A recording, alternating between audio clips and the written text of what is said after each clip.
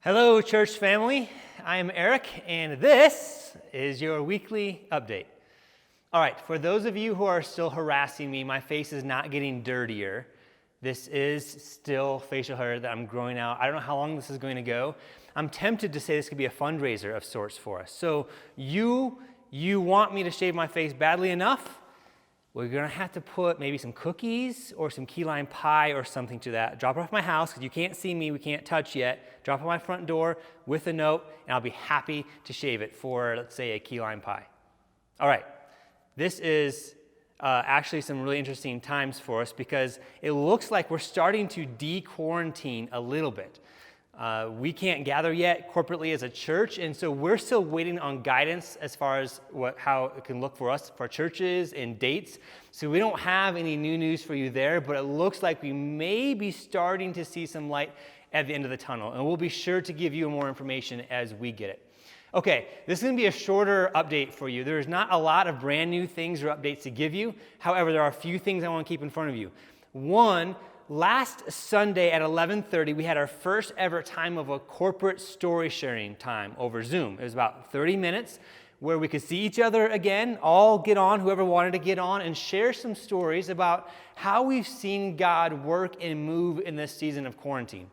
Now, not all that we've seen has been like roses. It's been pretty difficult. But there have been also some really encouraging things that we've seen and some real growth that's happening. So we're going to continue to do that at 11:30 on Sunday mornings on Zoom. So if you'd like to join us, please do. You don't have to share something. You could keep your mic muted the entire time if you want. But it's great to see some faces again and to hear some stories. That's this Sunday at 11:30 on Zoom. Also, I'm going to be putting some links in the CCB follow-up message that I'll post here later today. Some links to some other resources that deal with some topics probably a lot of us have been experiencing or thinking about. Topics like grief and loss and lament. Even some topics about how God could be moving in this pandemic, and how do we think about God's sovereignty and His goodness with natural disasters and natural evils like this pandemic. In fact, I'll link one interview. You listen to the audio or read it. A man by the name of John Lennox was interviewed. I love this guy. He's well thought. He addresses this issue, God's goodness and sovereignty in the midst of a pandemic, and also looks at other worldviews, particularly atheism, and how they have to try to wrestle with this. Plus, his accent is tremendous. So I'll have all those links in the CCB follow-up message later today. I just want to remind you, other things available to you. All this is in the Town Crier, so hopefully you get that. If you don't, let me know, and we'll get you signed up. We've got things like the YouTube channel. We have the Town Crier itself. We've got a website, thetownchurch.org/COVID-19, information there, as well as ways to get a hold of our deacons if you or somebody you know has a need that we can possibly help with. We would love to navigate that with you. All right, I'm going to leave you with this. On Sunday, this is a reminder for all of you. On Sunday at 9 o'clock, we have a lesson for the elementary kids, 9:30 for the preschool kids, and then shortly before 10 o'clock is when we will upload our service so that we can watch it kind of together in quotes, but at least around the same time. And then 11:30 will be that corporate story sharing time.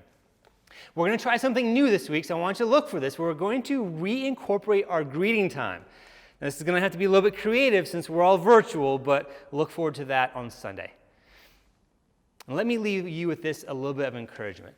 Since this pandemic happened, a lot of our structure in our lives was completely done away with. Like for me, going to work at the church in the morning and then coming home at a certain time helped fill out a rhythm in my life that a lot of other things revolved around.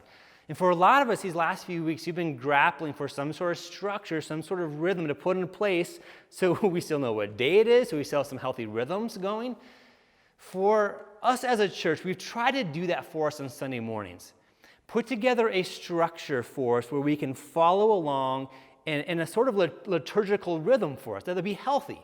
So there's 9, there's 9:30, and then there's a 10 o'clock upload for the video content. This is intentional for us to try to, as much as we can, have a sense of togetherness as we watch and work through the liturgy together, even though it's virtual and on a screen.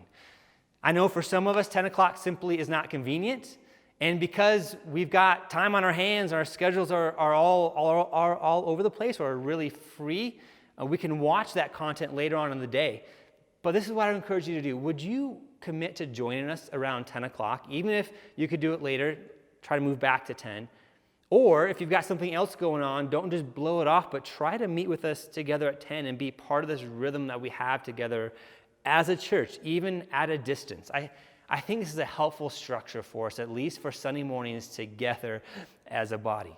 And then if you're able, 11:30, of course it's not required, but 11:30 could be a really encouraging time for you, as I know it was for me last week. Church, we miss you. We talk about it a lot, and we look forward to the time that we can gather again actually in person and worship together and talk together and give hugs and pray together and give silly jokes. We're looking forward to that time. Hope you have a great week.